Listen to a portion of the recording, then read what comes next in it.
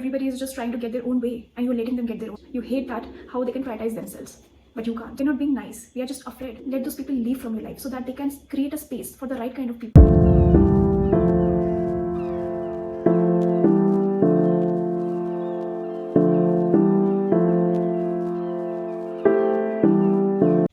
Hello everyone, welcome or welcome back to my channel.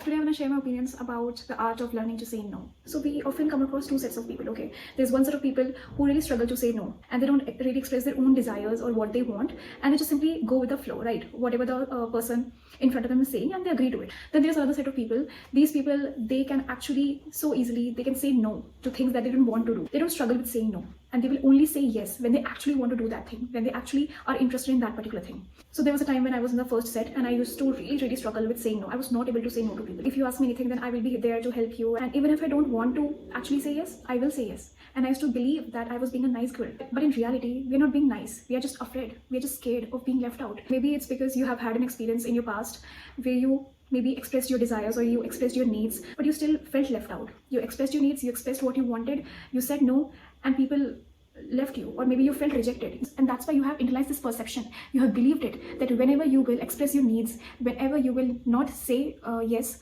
then people might leave you and you will feel left out and you will feel alone or scared or abandoned or rejected. And that's why you're so scared of saying no. You're not actually being a nice person. Maybe you're a nice person in general, but right now you're not being a nice person by saying yes to them, even though you want to say no. So you have actually developed this fear of rejection because of that past experiences that you have had, right? And it actually makes sense. It makes sense because when you were your past self and you went through that experience, you wanted to belong to those people. So what did you do?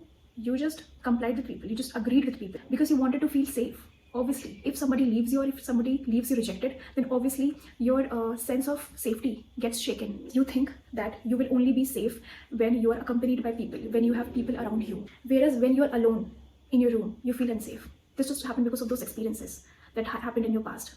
And you made out the conclusion whatever you could at that time. You did your best, right?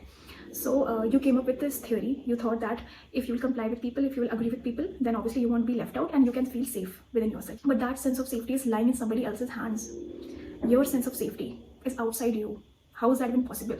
It can't be external. It always has to be internal. And that is why it is a fake sense of safety. It will always be shaking because it is external, because it is not residing within you. And of course that experience happened and that made you you. And now you do it so unconsciously. You just say yes and that happens so unconsciously, right? You don't even have to think about it. You don't even realize what you are doing with yourself. You don't even realize that you're abandoning and leaving your own needs, that you're prioritizing somebody else's needs before yours. Because your nervous system or your subconscious mind has believed that in order to feel chosen, you have to agree to people. You have to say yes to them. But that is not true, okay? You know, the experience that you had in your past, it was stored in your subconscious mind. All the beliefs related to that experience were stored in your subconscious mind. And that's why you act the way you act. That is why you prioritize their needs over yours.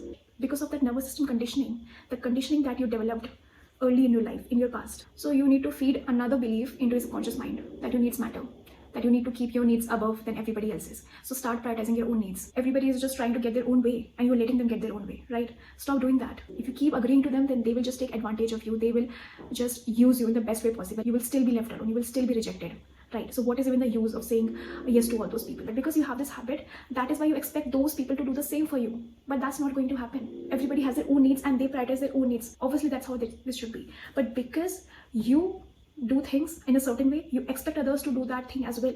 Obviously they won't. And because of this, you will start resenting them. You will start hating them because they won't do the same for you that you are willing to do for them. You are willing to abandon yourself. But those people, they prioritize themselves. They don't abandon themselves. And that is the thing that you hate. You hate that how they can prioritize themselves, but you can't. So instead of hating, actually adopt this thing inside yourself. You need to believe that your needs matter and that you should be doing the same, that you should be prioritizing your needs as well. And that is where you need to work. You need to actually start honoring your needs. They are important. And here in this case, you're the red flag who actually abandoned their own needs and did not prioritize their own needs. And that's why it built resentment and then grew apart from those people. So it would get just toxic, you know. Obviously, you want to be the nice girl because you want to be picked, because you want to feel chosen. You want to be chosen and feel worthy. You have to pick yourself. You have to choose yourself.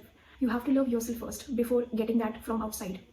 And not being able to say no, it's just a weakness. It's not being nice. It's a weakness. But every time you are unconsciously agreeing to people, just notice it. Just be more aware about yourself. Just be more aware of your surroundings. Because we get clearly tired of people pleasing.